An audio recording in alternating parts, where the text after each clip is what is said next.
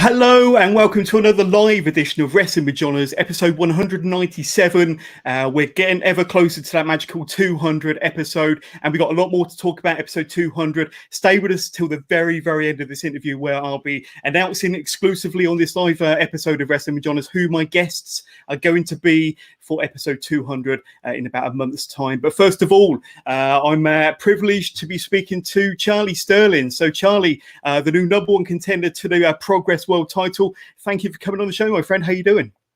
Thanks, John. Happy to be here. Congratulations on 199 episodes as well.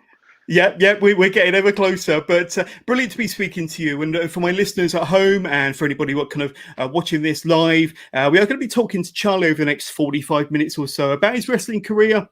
He's having a wonderful 2021 already. As we said in the intro, he's the new number one contender to the Progress World title. We're going to be talking about Wrestle Carnival, their debut show on August the 1st, curtain call, of course, and all of his many tag team partners and tag team success and anything that kind of comes through. If you've got any questions, if you want to ask Charlie Sterling any questions during this live broadcast, you can do as well. Just send us your questions. We'll do our best to squeeze in all of the questions during the course of this broadcast. But Charlie, I've got to kick off with last Sunday, you was at a Rev Pro show in Bristol, and probably your first show back in front of fans. I know you've been doing behind closed doors shows for Progress and Rev Pro, but to be back in front of fans, that must have been pretty special and quite emotional for the performers, having kind of spectators, the audience there to see you do what you do best.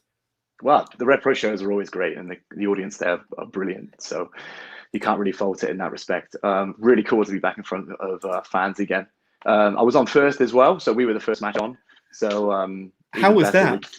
We strike while the iron's hot, John. So, absolutely. It's great. They booed me out the building as per usual, and I'm from Bristol as well. And I don't think I had one supporter in there. So. What can we do? What can we do? But I was tagging with Joel Redman, who's of course handsome man on earth. So they're gonna prefer him than me, aren't they, to be honest. And kind of, were you extra hyped or maybe a little bit extra nervous? Or what were the emotions going into that match? Because kicking off the show, being the first ones out there, the crowd must have been electric. How were you feeling before you went through that curtain? Well, naturally, before the curtain, you're always going to be, especially with the first show back in front of crowds. You're always going to be a little bit nervous, a bit concerned about, is it going to go well? Is it not? What are the crowds going to be like? Because just before, remember as well, the crowds were still socially distanced because we were a day before, sort of we could all go sort of the restrictions. Gotcha. Yeah. So there were still some restrictions in place in terms of our masks and things like that. But yeah, once we got through the curtain, it was all guns blazing from then. So, into autopilot. Yeah, absolutely. It felt like we never left. Well, this is it, because, obviously it's been maybe a year and a half for some performers, 16, 17 months maybe. But like I say, all kicks back in, doesn't it? So I'm guessing you've had the opportunity to, you've obviously been doing behind closed doors shows for Rev Pro and for Progress. So you've knocked off that ring rust gradually over the last 6 months or so. I've got our first listener question, as a matter of fact, Charlie, from Ashley Clementson. He says, have you enjoyed doing the no fans shows for Progress and Rev Pro during the lockdown period?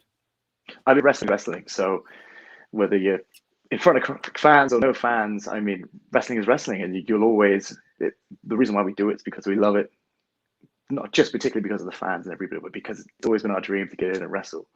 And when you get given that opportunity, you're going to enjoy it. It was very different. It felt a lot more tight knit in terms of our wrestling. We had to wrestle a lot more closely than we would in front of an audience. But it was great because it was a challenge. The cameras were always on you no matter what. So it was really, really enjoyable to get out there in front and just wrestle again, especially after all that time as well.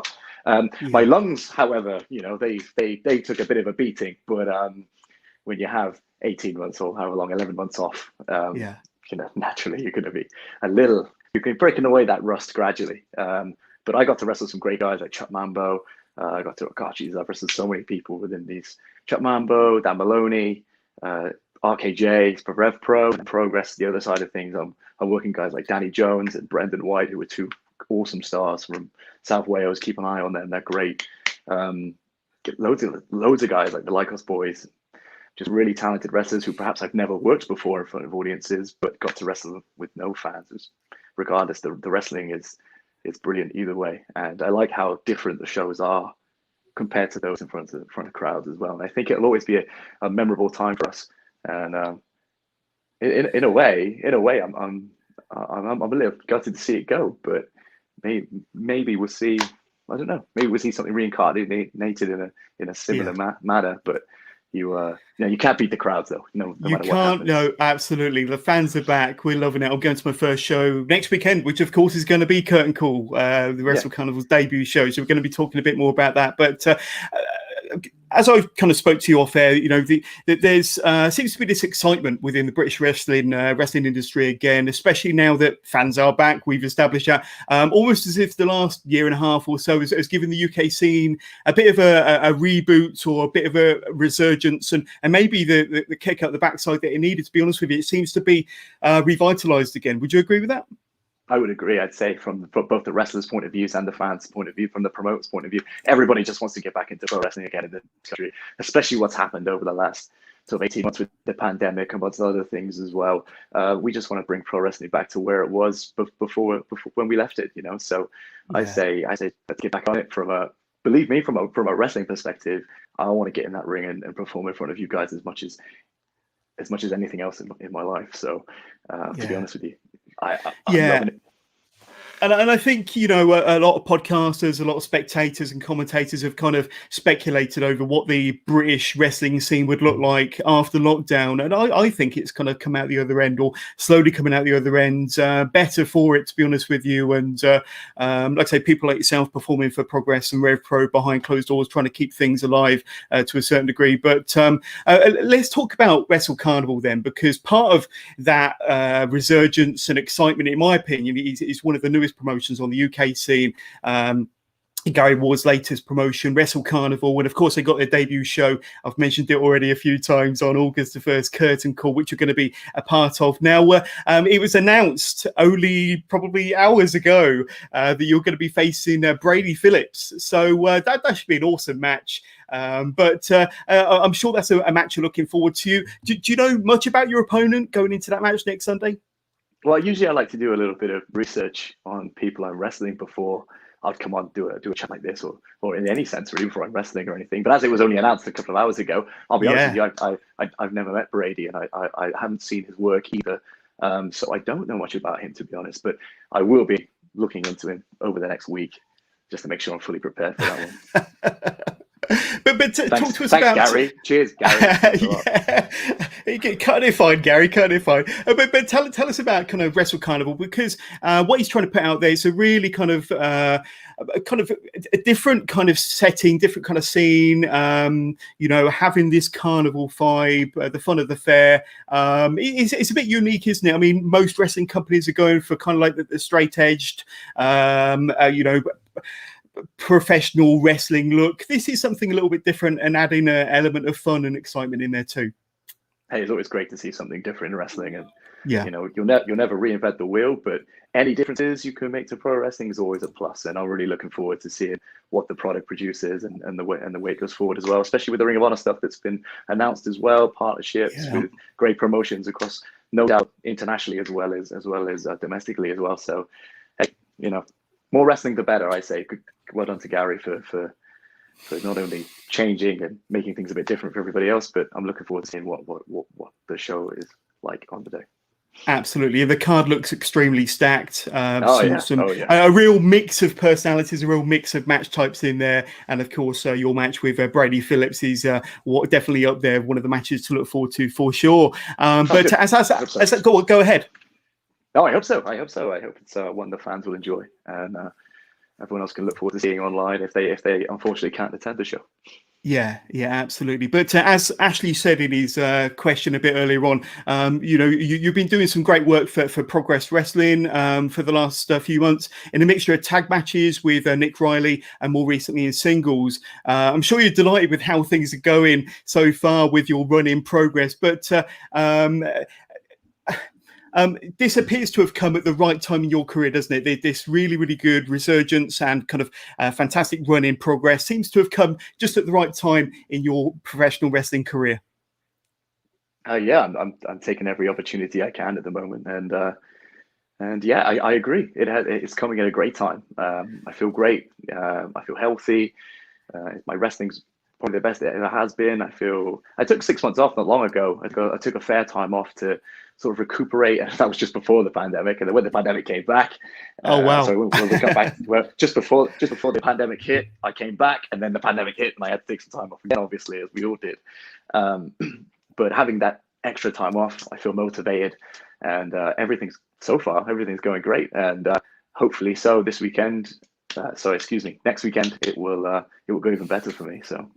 Yeah, absolutely. I think that's July the 31st that's airing. And funnily enough, my birthday. Yeah. So that would be great to see you and Cara Noir on July the 31st. But so as we've established, you're the new #1 contender to the Progress World title after defeating your tag team partner, funnily enough, Nick, in the #1 contenders match last week on Progress. You've obviously, got the build and the excitement of the match to look forward to for Cara Noir next weekend, July the 31st. But Ashley Clements asks another question. Let's just bring Ashley's question up here. But are you looking forward to your up and coming match with Cara Noir? So tell us about your thoughts and your feelings going into that match against Cara Noir on the 31st of July. Well, the way Cara Noir keeps going, he's going to be, I think he's on for the longest reigning world champion in Progress history if he keeps going. Which is difficult because I've watched a lot of his matches since we've gone into the no fans sort of wrestling, and of course, yeah, he's on a roll, and he's the world champion, which makes him the best in my opinion. So without doubt, it's going to be a challenge. I've been watching a lot of his stuff. The joy is that the good thing for me, a positive is that I can watch all of Cara Noir and I know everything about him.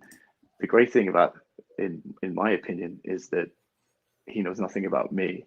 In terms of, not a lot anyway. I've done a lot of tag wrestling, as you know, but singles, he doesn't know too much about me. And I've got a few things up my sleeve that I'll be able to pull out, which may shock him and surprise him, which will hopefully give me the big W. But yeah, I'm really looking forward to it. To be honest, July 31st, WWE Network Progress. It's the biggest opportunity for me in my career.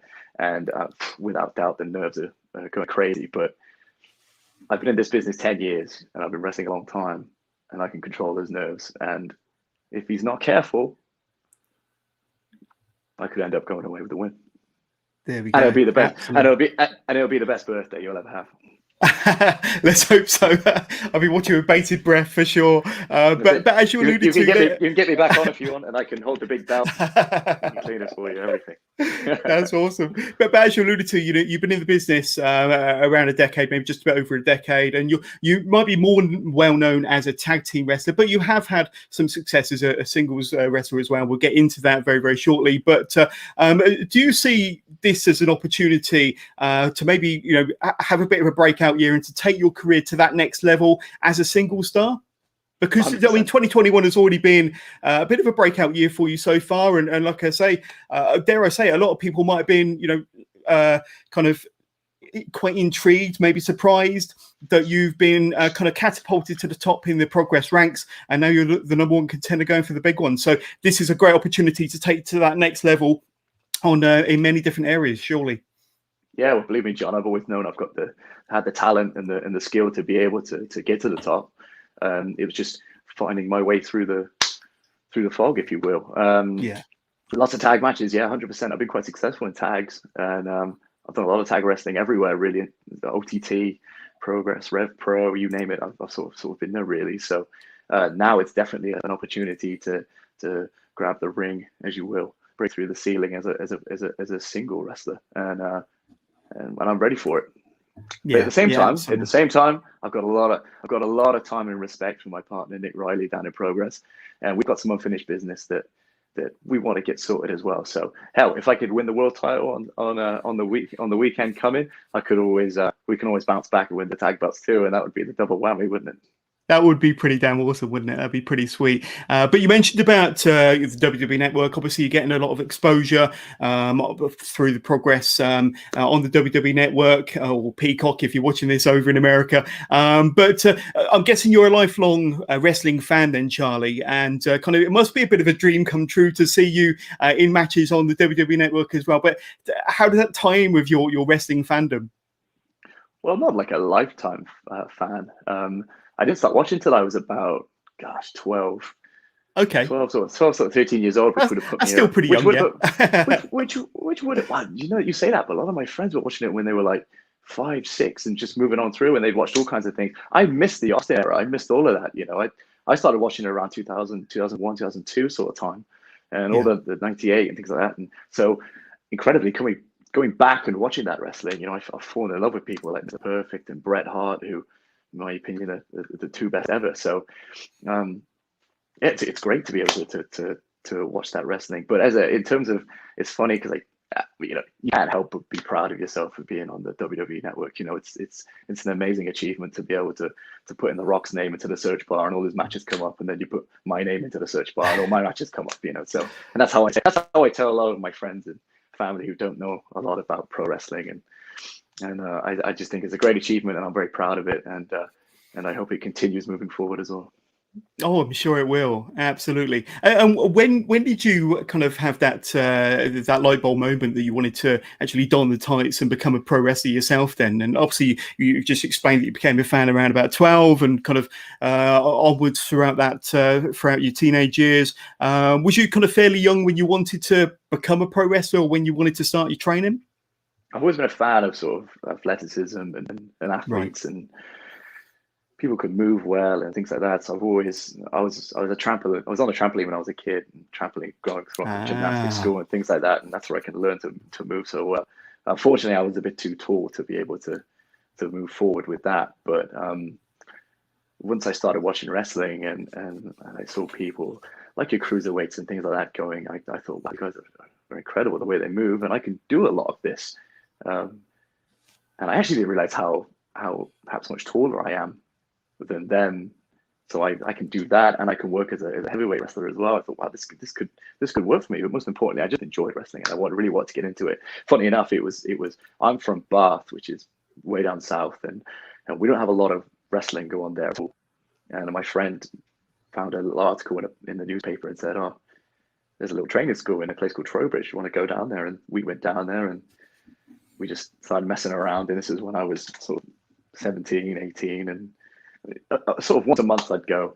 And then gradually I moved to a different school. And then around about 21 was when I really started getting into it full time, and decided that, this is definitely something I want to pursue and go forward with. But yeah, I've always been a fan of that kind of wrestling. 2002 was when I first bumped into AJ Styles on the wrestling channel, and I just thought he was incredible, and just had to try and do everything he could do. Absolutely. And tell us about some of your kind of early years in the business then. Did you find your feet quickly? Did you kind of adapt, or did it take a little bit longer than you was expecting? You've already explained that you kind of had the some athletic prowess, and you'd already kind of practiced some moves on the trampoline, I'm sure. But Yeah. tell us about some of the early days, and Sure. any kind of interesting matches that you had back in the first couple of years. So the schools I went to were the wrestling school I went to wasn't really, I wouldn't really call it it wasn't like a name stage like wrestling school. You wouldn't put your name to it. So I was just messing around a bit, really. And what happened was I was at a school in Gloucester, which is the Pro Evolution Wrestling School, which is a really fine school now. If anybody around the Gloucester area, they want to learn to wrestle, I definitely recommend it. Tyson T-Bone came down for a guest session, and I was just messing around, and he just grabbed me and said, hey, do you want to? Because basically what T-Bone used to do a lot of the rings back in the day, a lot of the shows, he would go up and travel and set the ring up and jump in his van and go on to the next show. Yeah. And he just said to me, hey, instead of wanting to be at this place, you want to just come up with me on the weekends and put the rings up and down. And so I've always kind of prided myself on not necessarily going to a wrestling school, but I learned on the road. So every weekend I was going, I'd drive up to his house and jump in the van, and we would go to shows and put the ring up. I'd sit and watch the show, be backstage, meet people, put the ring down, onto the next show the next day, bring up, blah, blah, etc. From there. That would go on every weekend. and more or less every weekend anyway. And and I never went to a school again after that. And I learned to wrestle kind of on the road, and I met people that way, and that's how I learned the business anyway. And that's how I ended up in places like PCW and things like that. And I'm from way down south. That usually wouldn't happen. Yeah. But you'd usually have to go to London or places like that to sort of find your feet. But I ended up finding my feet up in the Northwest and places like that because I was just traveling up with T-Bone, going to different shows and putting the ring up and down. Yeah. So that was a lovely way to learn the business. And how I learned the business was on during the 6 weeks holiday. We would do holiday camp shows. We would do Well, a I show was going every to single ask day. because you did All Stars and things like that, didn't you? All Star Wrestling holiday camps. Yeah. So we did a lot of holiday camps, and that was 6 weeks. That would be much of this. So 6 weeks straight, wrestling 7 to 8 times a week, Wow. every single day, wrestling different opponents. And one of my early matches, I was still sort of naive to the business and didn't really know how it worked. We were on a holiday camp somewhere. I was wrestling Dave Mastiff, and I was up, if you say, and we did the match. We were going fine. I did the finish, and then Dave Mastiff kicks out. I was like, "What? What's going on? What's going on?" And I can see him on the floor. He's got a smirk on his face, and I'm going, "You son of a." Next thing I know, he's rolled me up. The man's about 25 stone at this point in time, and he's just laying on me like this. 1, 2, 3. And you were kicking out. Shocked. I was shocked. I couldn't believe what he'd done to me. And that was a funny way to end the show that day. But I owe credit to all those guys like who came on the holiday camps, from guys like T-Bone to Mastiff, and then later on Joel, who helped me a lot after we'd come back from WWE. And not to mention like lots of people, because my first holiday camps I was with Dan Gibson on this holiday camp, so we were learning together, and I was learning from him because he's fantastic and always has been. And I owe a lot of my wrestling to so many people that I couldn't. If somebody said to me, "Who trained you?" I find that question really difficult because really I learned from loads of people. So. Yeah. Like I say, I've spoken to several wrestlers this year alone that did the holiday camps. Your tag team partner, former tag team partner, Adam Axted, of course, Dean Allmark, Tyson Taylor, and they said that it's probably the most valuable learning experience with the reps you have to put in 5, 6, 7 days a week. For 6 weeks straight, probably 2 seasons per year, as well as other kind of shows that you have to attend throughout the week, or maybe the weekends. But it's a valuable learning experience. And I mean, you'd obviously recommend that kind of grind to any up and coming wrestler, would you? 100%. Yeah, it challenges you physically, challenges you mentally. You kind of learn while you're on the job, and it's a lot better. I'd say it's a lot better because you can learn a lot of things at a wrestling school as well. But I feel like wrestlers should do the fundamentals at a wrestling school and then try their best to get on the road, as I say. We say the road now, as if it's every night. But try and get on as shows as much as you can. Get yourself in a good physical shape. You don't have to be, Arnold Schwarzenegger, but you can get yourself into a good position, but cardiovascularly and physically, to be able to go out and work with the guys. And if you show you're keen, like Adam Maxted is a great guy, and he's someone who really sort of showed that he was tenacity, he wanted to learn this business. And if you show that, a lot of people will help you and guide you through. And I think that's really important. Yeah, and technically, kind of it sharpens you up so quickly, having to do the number of reps you do kind of during the summer season. But any fun kind of road stories, or any funny ribs when you're kind of out on the road? I mean, you mentioned T-Bone, Tyson T-Bone. Many of the guys that you kind of went up and down the road with. Any kind of road stories or any ribs that were pulled on you? Are you a ribber, Charlie? Do you play ribs? No, I don't work the boys at all in any way whatsoever. Never do something like that. No way. But I can only say my own experiences of having them done to me, and I've had lots of experiences. I've had my pants pulled down. I've had my gear thrown on top of caravans. I've had all sorts of things done to me. I've come to the back and found my bags inside out with my gear all over the floor. All sorts of nonsense like that going on in the business. And some ribs I can't speak because they're so horrific. But like I said, like these sorts of things challenge you mentally, and some people can hack it and some people can't. And you need to be in a position where, because we speak like wrestling, we're so subjective in many cases, in many aspects of the business, that you have to have the right mindset for it, and you have to be able to take one on the chin here and there, regardless of what it is, and ribs or anything like that. So yeah, there's a couple in there, but some I can't really talk about. But that's all right. I have come backstage a couple of times and found all of my clothes tied in knots, and most of my gear thrown out everywhere. Of course, it's all in good manner, because when you get back, you've got to get changed, take all the stuff down, and then you're there running around trying to find your clothes when they've been tied in knots on top of fridges. So yeah.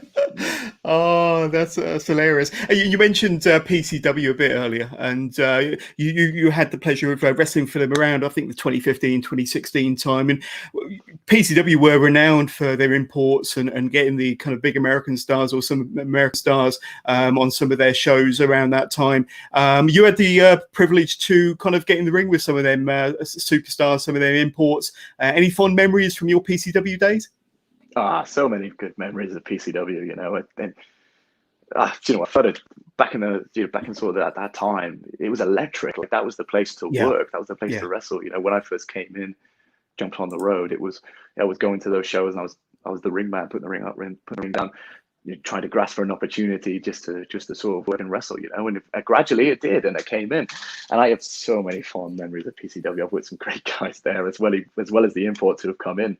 And I know you'll speak to a lot of the guys. That was really sort of the shift, I think, for us as British wrestlers. It was when the audience began to realize that we as British wrestlers could actually wrestle really well, because Flutter was giving us a lot of opportunities against the Americans who were coming in, and you could see that, hang on a minute, these Brits can hold their own here against guys, and God rest his soul, but Chris Travis was the main man there, and he sort of opened a lot of doors for us all to wrestle these guys. And I know there were other things going on in the country at the time, but for me, that was such a big deal. Flutter gave me lots of chances. I wrestled Chris Masters a couple of times, and Carlito and things like that. And when I'm coming through, I'm thinking, gosh, I used to watch these guys on TV, And one of my favorite matches was, and this was a little bit of a rib on myself, one of my favorite matches was me and Ashton against the Honky Tonk Man and Dalton Castle in the Evoke. And I mean, I'm stood there with Ashton, and we're looking at each other. We're thinking, what are we doing here? Honky Tonk Man. And Honky Tonk's finish is the shake, rattle, and roll. That's right. And to tell you the truth, he says to you before, he goes, we go this way. And I go, okay, cool, no worries, we'll go that way. And we got to the match. We had a funky match, and I got to the end, and he goes, "Ready, kid?" And he's going, and I went the other way. And that was a bit of a rib on myself there. And to this day, I think, why didn't I go the right way? But so many fond memories of PCW. I think for a lot of people, put me on the map in a way. So people sort of realized, sort of found out, not necessarily about me, but they kind of, I was introduced to the British audience.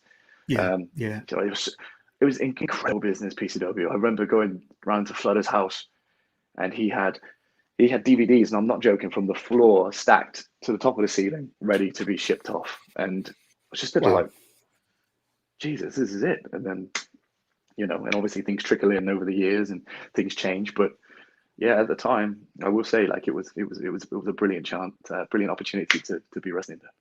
Yeah, we've had a few people get in touch with us already during the course of this interview. So I'm just going to bring up now and just some comments and some quick questions. But Amber Joe, I actually interviewed Amber Joe on episode 196 last week, but a fairly new wrestler in the business. Amber's asking for any advice for someone trying to find their persona. So any advice for Amber there? Just take your time. Honestly, with some wrestlers, people find it overnight. And they'll have it straight away. And then other wrestlers, me included, it takes a time to find your persona and how you wrestle. Watch lots of different things, try and take things from different areas and put it together.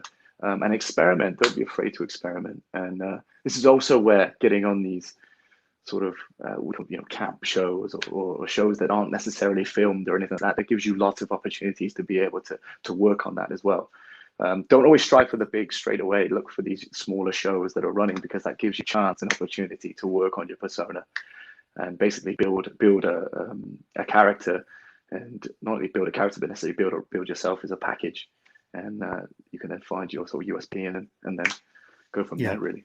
Yeah, absolutely. And we've had the host of KJ's Pro Wrestling podcast get in touch. Massive congratulations on being the #1 contender for the Progress World title. Really enjoying your work on Progress. So thank you very much, KJ, for getting in touch there. Fantastic. Just a Facebook user saying no one like a black swan. We're rooting for you. So there we go. So you got your supporter there. And let's see. If we've got anything else via YouTube, Q-Ball's Bearded Channel. So thank you for tuning in, remembering your pro EVW days. So obviously, you said that was where you kind of broke in, was EVW? I guess I would. Yeah, I guess you could say that. I did a couple of little shows for them and did a couple of training sessions with them back when they were starting, so yeah, it was kind of just like throwing crap against the wall and trying to make it stick for us all, and then T-Bone came in and ushered me away and said, "Come with me, kid, get in my van." He's not American. Yeah. He's not American, but and we had Jack Purser get in touch saying he used to train with you back in the pro EVW days. Good guy, and good to see him doing well. So thank you, Jack, for getting in touch there. Thanks, Jack. That's pretty awesome. Let's talk about some tag team wrestling then, shall we? Because like I say, you've up until recently, you've been more known as a tag team wrestler. We explained that kind of you want to have more of a breakout career as a single star. But I mean, you've had many kind of tag team partners from the Adam Maxes, Joel Redmond's, Zach Gibson's, and many more. But the interesting. Yeah, absolutely. But the interesting thing is that each kind of different partnership kind of gives a different presentation and a different vibe to the team as a whole. Give us some of your kind of thoughts and recollections of some of your tag team partners and some of your more enjoyable matches as a tag team wrestler. I don't know if it's a good thing or a bad thing. I've had lots of tag team partners. Maybe you should ask them. I would say it's a good thing. Yeah. I mean, it either didn't work or it did work so well we had to break up. But it's got so many people to talk about, isn't there? Gosh, I mean, my first tag team was kind of with Yestin and Yestin Reese. That's right. We did some stuff in IPW and a few other places and gosh, I'd never done tag team wrestling, so I was kind of trying to learn my way there. And we were villains in some places and baby faces in others, and that was a nice introduction for me. Got so many tag teams. Got Adam Max there, yeah, we did that stuff on 5 Star. Well, I'm sure we'll mention that in a bit, but I've got like Joel Redmond in Rev Pro. That was good. It's funny, really, because everywhere I've wrestled, I've had a sort of different tag team partner, and I mean, I kid you not, Zach Gibson is, in my opinion, probably one of the, he is one of the best wrestlers that we've ever had in this country, and tagging with him was a real solid for me, especially out in OTT, which I consider a strong place as home for me. When you talk about places that kind of really like got me over, I mean, OTT was, I say got me over, it's got me over as much as possible. There, I kind of had a big opportunity with Gibson and Shaw Samuels as well, and I learned a lot of those two.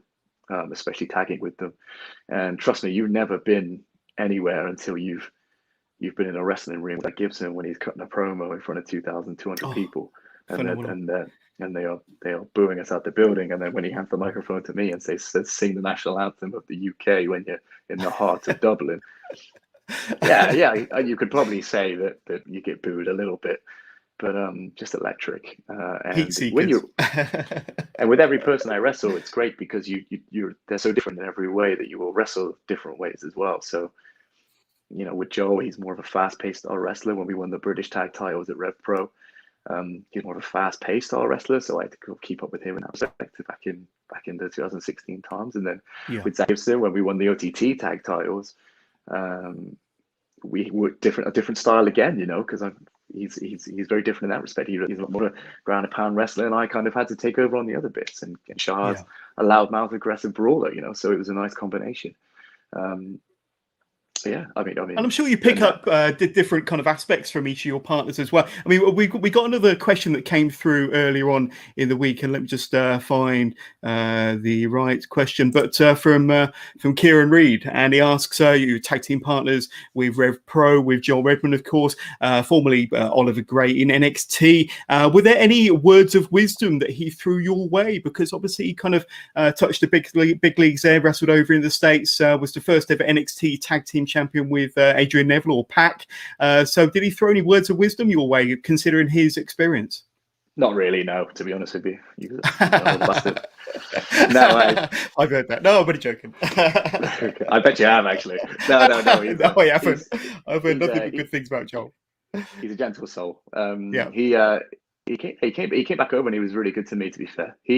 When he came back over, he sort of already had like a little trainee lad that was sort of not necessarily fully involved in the business at that time, and I think Joel came back and he did a bit on the indies, and then he primarily went and worked for All Star, and he did little bits and bobs though. And then at that time I was just coming in wrestling for All Star. All right, okay, Brian.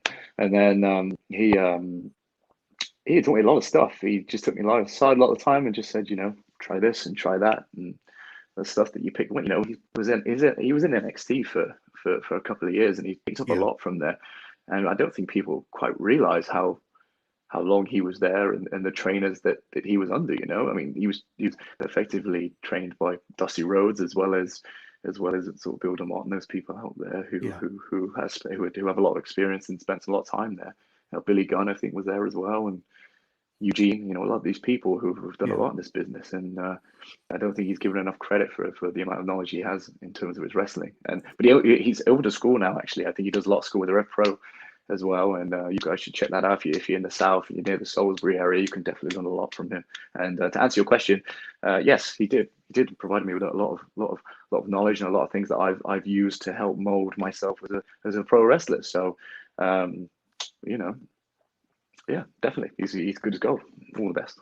Yeah, absolutely. And another quick question regarding OTT. This is from Dermot. Can you ask Charlie his thoughts on working for OTT? And given that it's reopening again, would he consider coming back at any point in the future to OTT? So I'm sure there's got to be a desire there to go back and wrestle for OTT. And obviously they opened their doors again this past weekend. Adam was on the show, I understand. Well, what about yourself?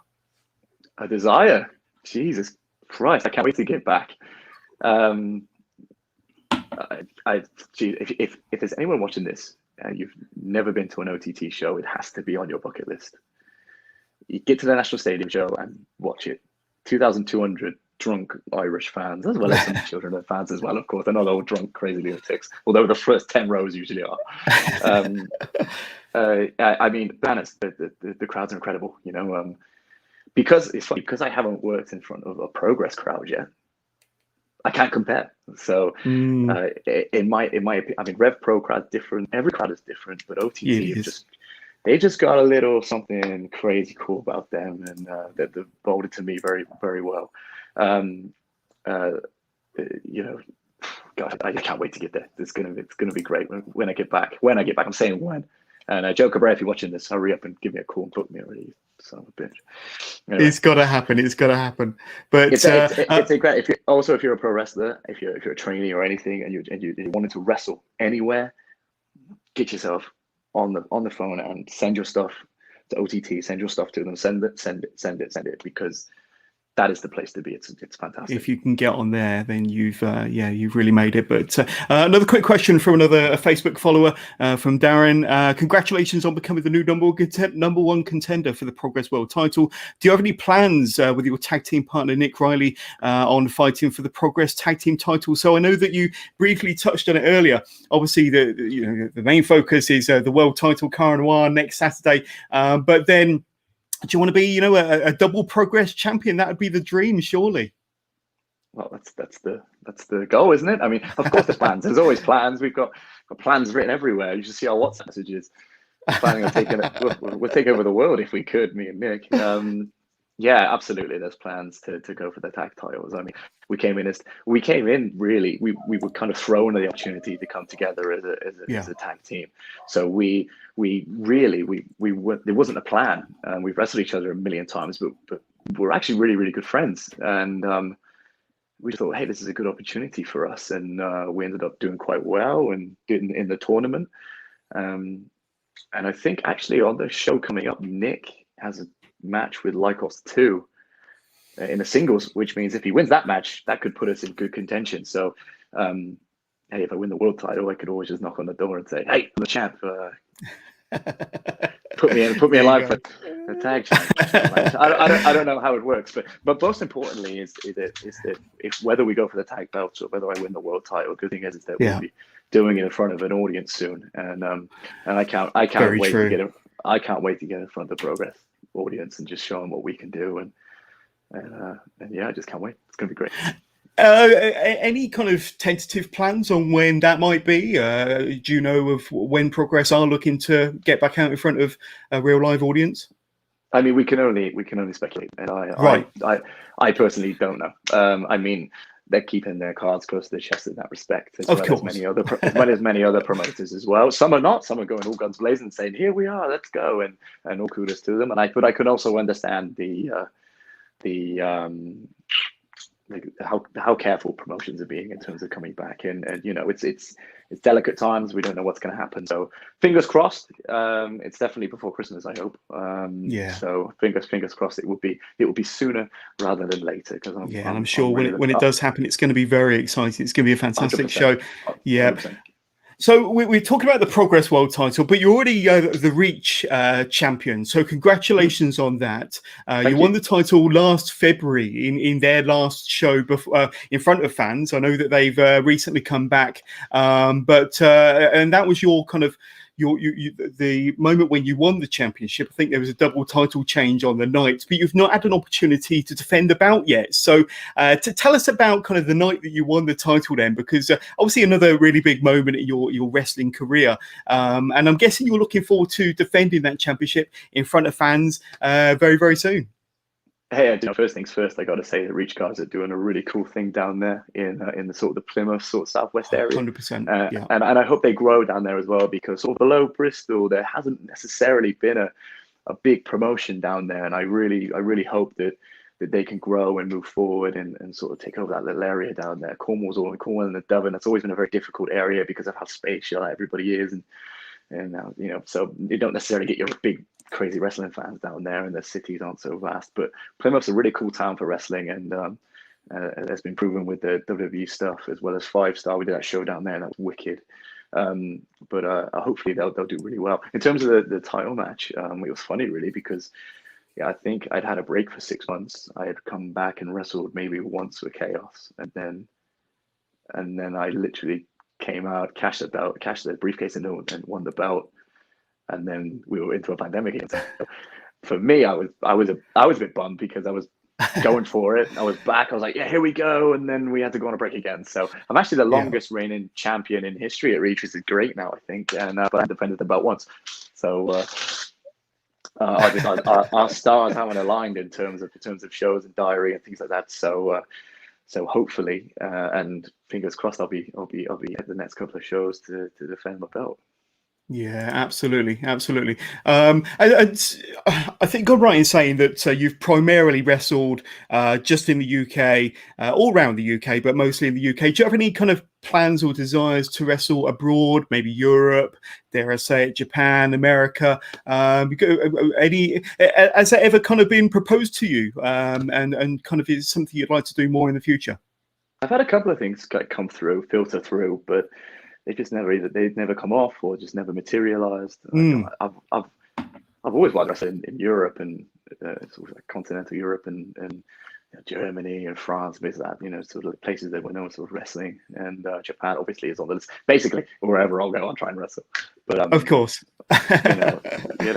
primarily I was in the UK and Ireland, really. So Ireland is. That's right. I think it was one stage I was going every month, wrestling, doing OTT. So that's kind of, I did a bit in Scotland at ICW for a little while. In terms of but the thing is, it's funny really, because when I was it's sort of back sort of 2000, that sort of 2016, 2019 to that sort of spread. You didn't want to go anywhere else. The UK was where the wrestling was happening. So really and truly, I didn't want to wrestle anywhere else because there was no need to, because all eyes were on the UK. This was the hotspot. Yeah, it was. Yeah, it was the hotspot, and we're the best wrestlers in the world as far as I'm concerned. So why would I want to go anywhere else? And if I can get just as much a good match an hour up the road and for social media and things like that as I can, getting on a flight to Germany and coming back again. All right, sure, it's on the bucket list to go there, but in terms of productivity, what's the point? I might as well just stay here and wrestle where the best wrestling is. There's a reason why the Australians always come over and things like that, because we did for that space of time anyway, that 15, 16 to 19, 20, we were the best. So, and hopefully, fingers crossed, we still will be. But of course, I'd love to jump on a plane and go places. I've been to Switzerland. I wrestled there once. That was real random. But I jumped on a plane and went to Switzerland, and I don't know if they ran a show since, but that was back in 2016. But that was great fun. That's pretty awesome. Kind of well done, really. But yeah, that's pretty awesome. We'll be getting close to. It wasn't so awesome because we got off the plane and then we had to get on a train for 2.5 hours, and then we had to wrestle and then we had to get on a train 2.5 hours back and then a flight home. Do you see what I'm saying? Yeah, it's the journey, isn't it? It's yeah, like I say, the actual kind of performing is the kind of where you want to be, but getting from venue to venue is not always pleasant. But I've heard several stories of people with the big wrestlers being cramped up in the back of small cars or in the back of kind of mini buses and all that. It's not, the traveling is kind of less than desirable, but that is where you will learn a lot in this business when you're cramped. Oh, I'm sure. With 4 or 5 guys who two of them have been around the business for a long time, and it's incredible how much you will learn when you're sat in that car for 3 hours and asking questions. So, although the travel is annoying, it's so lucrative in that respect. Yeah, absolutely. Just as we're kind of getting close to the end here, Charlie, another question from Kieran Reed. He says, what does the future hold for you in the industry and any dream matches we can look forward to seeing? So I know we've covered a lot about what's to come for you, but if you want to kind of cover both aspects or maybe the last aspect of that question, that would be great. What does the future hold for me? Well, the Progress World title is probably in my grasp. So that's my future. I think I'm going to win that. I'm going to win that 100%. One, and then I'm going to go on and win the tag titles, and then I'm going to win. I'm going to win the Rev Pro tag belts back, and I'm going to win the tag league with Joel. That's it. The future's bright. And then I'm going to return to OTT, and I'm going to win the world title there as well. I'm probably the tag belt too. And then I'm going to go to Japan. I'm going to wrestle there for 10 years, and then basically the answer to that question is I'm just going to keep pushing as much as I can. Keep an eye on me. Keep an eye on my social medias. Keep an eye everywhere in front of everyone who wants to come and watch me, and God bless you for coming to watch me as well. So keep an eye on me, because I'm going to be trying to do some great things. And in terms of any dream opponents, I want to wrestle Roman Reigns in the main event of WrestleMania. That's my dream match. Who doesn't? That's what I want to do. That's what I want to do. But if you're talking more domestically, I think Dan Maloney's on a run at the moment in terms of the country. I'd love to get in front of him again, in front of an audience. Because I see you faced him before, haven't you? You faced Maloney before. Before. And he's a great guy, and I think he's doing really, really good stuff in the business at the moment. And I'd really like to work with him. Chris Ridgway as well. I don't think Chris Ridgway and I have had a match for a few years, but we're very different now. So I think he's doing really good things domestically. I'm just talking. I have my dream matches. Got to wrestle Brock tomorrow. If I got a chance. I'm sure you would as well, John. But, absolutely. But Gary, if you're watching this, future matches, future opponents. John, I wrestle you, definitely. You've been so lovely and accommodating, so thank you. We'll have a match today. Gary, get it booked. Book it. It's got to happen. But final question, I'm going to give this to Kieran Reed again. What has been your biggest career highlight so far? So if you were to sum it up, what would be the thing you're most proud of, would you say? There's so many things. One for me was just, I tried out for the WWE and back in the day, a few years back, and they flew me up and things like that. You go on the plane, you were wearing a suit, and it was a real highlight for me to be able to do that. Other highlights for me are, going back to OTT, they ran the national stadium out there. They did 2,200 people, and I think they're the first wrestling show to be able to sell it out. and they ran the show, and I turned up on the day, and Joe Cabrillo was me. You're opening the show, and I was like, whoa, whoa. And I don't think it quite hit me until I was at Gorilla, and they played their national anthem, and then they said, right, first match, here we go, and the crowd just went, wow. And I was wrestling Grado, and I was like, Jesus, this is huge. And to be the first wrestler to come up to that curtain was quite for me at that point in time, it was because of a lot of respect for those guys out there, especially Joe and how he runs the business there. It was a huge, not only an opportunity, but a career highlight without doubt. And winning all the titles that I've won, and debuting in all the great promotions as well. So if any of the promoters are listening to this, I don't second that. You guys are brilliant as well. It's a career of highlights and many more to come by the sounds of it. But I hope so. Yeah, absolutely. Don't go anywhere, because we want to give you an opportunity to kind of throw out your social media plugs very, very soon, Charlie. But I'm about to announce who my special guest will be for episode 200. It's going to take place on August the 22nd, so in about a month's time. And I don't just have one former WWE superstar coming on the podcast. I've got two former WWE superstars coming on the podcast. And Charlie, I can see that you're very intrigued as to see who it is. Yep. But my special guest, my special interview for episode 200 will be with none other than Connor and Victor, formerly of the Ascension, will be coming on the podcast. Let's just bring that picture up again if I can. Here we go. Add to stream. That's right, John. You know how to use a computer. But known as Big Con and Vic, the Space Lord, will be joining us. Formerly the Ascension, now the Awakening, doing some great things on the US indie scene. And they'll be coming on live August the 22nd. Which is a Sunday, by the way, 3 p.m. UK time, 10 a.m. over on the eastern side of the US. So two very big guests that I'm very, very proud to have, or will be having on the Wrestling with John's podcast. Looking forward to interviewing those two guys. So there we go. Are you a fan of the Ascension, and are you a tag team wrestler at heart? Did you enjoy watching the Ascension when they were on WWE, and obviously doing big things on the US indie circuit at the moment? Yeah, I remember watching them, actually. They were on NXT for a while. And, they were. And longest reigning NXT champions. Are they really? Are they? Yes. Good for them. And I know they were on Raw as well, weren't they? Two big guys. Gosh, they look great. Absolutely. Good little gimmick as well, I thought. But, yeah, absolutely. But probably given a bit of the Vince McMahon treatment when they went over onto the main roster, they were far more effective on the NXT brand. But I can't wait to get into all of that with Big Con and Victor on the 22nd of August. So, just under a month to go. Sunday, the 22nd of August, join us for episode 200. It will be a milestone for the Wrestling with Jonas podcast. But Charlie, it's been amazing speaking to you for the last 52 minutes now. But I'm going to give you an opportunity for you to kind of throw out any social media plugs, where we can find you, say hi, learn more about Charlie Sterling on any social platforms you currently use. Sure. So just follow me on Twitter, C Sterling Pro. You'll catch me on there all the time. I'm always tweeting here and there.